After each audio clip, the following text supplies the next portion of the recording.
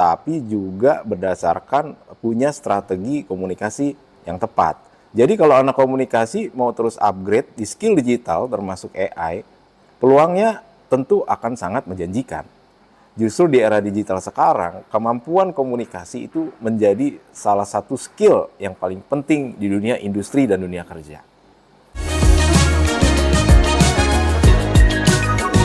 Halo teman-teman, selamat datang di Yutarki Lecture Series bersama saya Suryo Dwi Putranto sebagai dosen ilmu komunikasi. Nah, di episode kali ini kita akan membahas ilmu komunikasi dan apa sih gunanya untuk di pekerjaan mendatang. Ayo kita bahas. Sebenarnya lulusan ilmu komunikasi itu biasanya bisa bekerja di bidang apa saja ya? Lulusan komunikasi itu sebenarnya punya pilihan karir yang sangat luas. Mereka bisa bekerja di media seperti televisi, radio, portal berita, atau bahkan di agensi periklanan.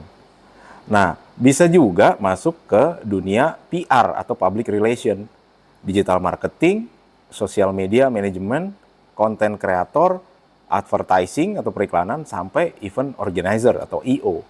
Nah, di era digital sekarang, banyak juga anak komunikasi yang bekerja sebagai content strategist, content creator, podcaster, copywriter, bahkan talent management. Jadi, sebenarnya ilmu komunikasi tidak terbatas hanya menjadi presenter saja atau wartawan. Intinya, semua industri yang membutuhkan kemampuan untuk menyampaikan pesan kepada publik pasti membutuhkan lulusan ilmu komunikasi. Karena itu, lulusan komunikasi bisa masuk ke perusahaan media, startup, multinasional, lembaga pemerintahan, sampai membangun personal brand atau buka bisnis sendiri. Nah Pak, jurusan ilmu komunikasi sering banget disebut punya peluang kerja yang luas. Menurut Bapak sendiri, kenapa bisa begitu ya? Menurut saya karena komunikasi adalah kebutuhan dasar dari semua organisasi. Mau perusahaan besar, perusahaan startup, kampus pemerintahan, bahkan UMKM, semua butuh orang-orang yang bisa menyampaikan pesan dengan efektif. Nah, hari ini perusahaan tidak hanya menjual produk, tapi membangun citra, hubungan dengan audiens, dengan publik, atau engagement di media sosial. Nah, disitulah peran anak komunikasi sangat dibutuhkan. Selain itu, skill yang dimiliki oleh teman-teman dari ilmu komunikasi itu juga fleksibel. Misalnya anak komunikasi itu biasanya belajar public speaking, belajar untuk meriset audiens, untuk merancang strategi, produksi konten, ya, bagaimana menganalisa sebuah media, efektivitas media, sampai ke level produksi media. Nah, skill ini yang dipakai di zaman sekarang di banyak industri. Makanya peluang kerjanya luas karena ilmunya relevan di hampir semua bidang pekerjaan di era modern. Kalau dari bidang pekerjaannya sendiri Pak, apa sih perbedaan antara pekerjaan di bidang public relation, broadcasting, dan content creation? Kalau PR atau public relation itu fokus bagaimana membangun citra atau menjaga atau menjalin hubungan antara perusahaan dengan publik.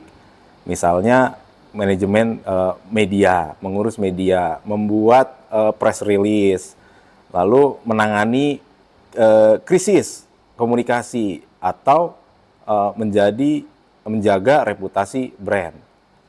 Kemudian kalau broadcasting itu fokusnya adalah bagaimana memproduksi di bidang penyiaran media. Contohnya bisa bekerja di televisi, radio, podcast, produksi konten atau program. Jadi anak broadcasting biasanya dekat dengan kamera, editing, desain, scripting, dan manajerialnya. Sementara konten kreator itu banyak bermain di platform-platform digital seperti media sosial, Instagram, TikTok, YouTube, dan lain sebagainya. Nah, fokusnya untuk membuat konten yang menarik, relate, dan bisa punya engagement yang tinggi. Jadi sederhananya PR itu fokus pada reputasi perusahaan, broadcasting, bagaimana fokus pada produksi media, penyiaran, dan konten kreator itu fokus pada bagaimana kita berkreasi di bidang konten digital.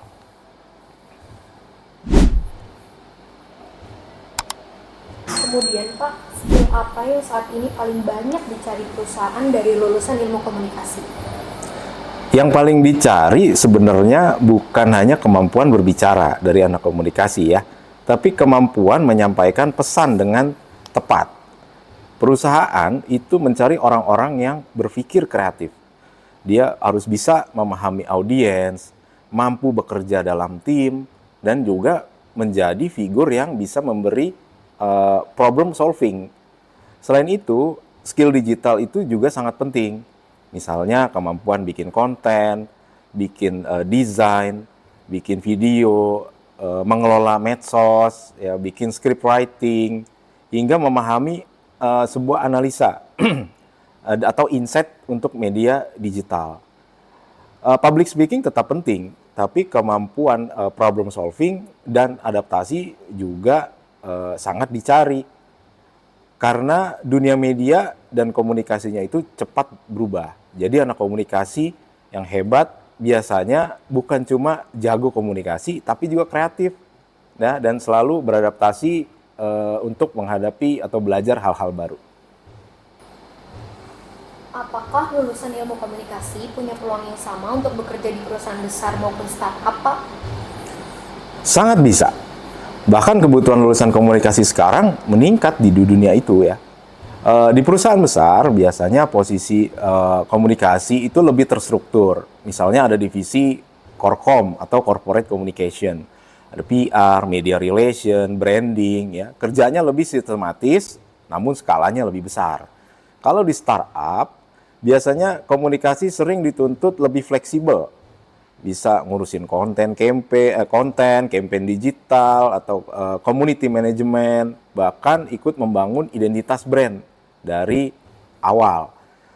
Justru banyak startup mencari anak komunikasi karena mereka butuh orang-orang kreatif dan paham cara bagaimana membangun koneksi dengan audiens digital, dan peluangnya sangat terbuka di mana saja. Di era digital seperti sekarang, sebenarnya seberapa besar sih peluang kerja di industri digital untuk anak komunikasi di tengah maraknya penggunaan AI? Sangat besar ya, terutama bahkan terus berkembang ya. Jadi hari ini banyak bisnis masuk ke dunia digital yang mereka juga banyak terjadi disrupsi, terutama di era AI. Itu artinya banyak kebutuhan bagaimana memanfaatkan AI di bidang konten kreator, sosial media spesialis, digital strategis, atau bahkan creative communication juga pasti meningkat. Nah, perusahaan sekarang berlomba-lomba untuk membangun engagement di media sosial. Mereka butuh orang yang membuat konten bukan hanya cuma menarik, tapi juga berdasarkan punya strategi komunikasi yang tepat. Nah, selain itu, platform digital itu juga berkembang. Dari TikTok, YouTube, podcast, live streaming, sampai personal branding, semuanya membuka peluang baru untuk anak komunikasi. Ditambah bagaimana perkembangan AI yang menuntut kita untuk bisa beradaptasi. Nah, AI ini mampu menjadi pendukung, penopang, menjadi asisten buat anak-anak komunikasi untuk menjadi lebih kreatif gitu. Jadi kalau anak komunikasi mau terus upgrade di skill digital termasuk AI, peluangnya tentu akan sangat menjanjikan. Gitu. Banyak yang bilang anak komunikasi harus jago ngomong. Menurut Bapak, apakah kemampuan public speaking itu wajib dimiliki untuk bisa sukses di dunia kerja? Ya, iya tapi tidak selalu ya. Gitu. Ini salah satu stereotip yang orang mungkin sering salah paham gitu. Di dunia komunikasi memang kemampuan berbicara, berkomunikasi itu sangat penting. Tapi sukses di bidang ini bukan berarti bahwa harus selalu ekstrovert atau kita harus cerewet setiap saat gitu. Ada banyak pekerjaan di bidang ilmu komunikasi yang membutuhkan kemampuan untuk berpikir strategis, menganalisa, menulis, riset, ya, bahkan kreatif gitu. Misalnya copywriter, content planner, scriptwriter, media analisis. Banyak juga anak komunikasi yang pendiam, tapi kuat dalam ide dan analisis.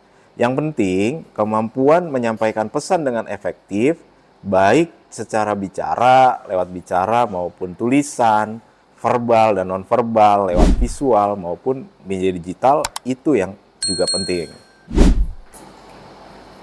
Dan untuk pertanyaan selanjutnya, Pak, apa pesan Bapak untuk calon mahasiswa yang mungkin masih takut atau ragu karena merasa prospek kerja ilmu komunikasi kurang jelas? Ya, kalau memilih ilmu komunikasi, jangan kita hanya melihat stereotip bahwa anak komunikasi kerja apa nanti gitu. Coba kita harus melihat bagaimana dunia ini bergerak. Semua brand, bisnis, institusi sekarang itu hidup dari komunikasi.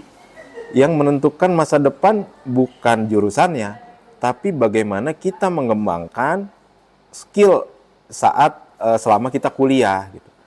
Anak komunikasi yang aktif, punya portofolio, punya karya, dan adaptif terhadap dunia digital, biasanya akan punya peluang besar untuk masuk ke dunia pekerjaan. Jadi jangan takut, ilmu komunikasi itu bukan ilmu yang sempit. Justru di era digital sekarang, kemampuan komunikasi itu menjadi salah satu skill yang paling penting di dunia industri dan dunia kerja. Nah, itu tadi wawasan seputar ilmu komunikasi. Terima kasih sudah menonton. Jangan lupa like, komen, dan subscribe channel YouTube Yutarki. Sampai ketemu.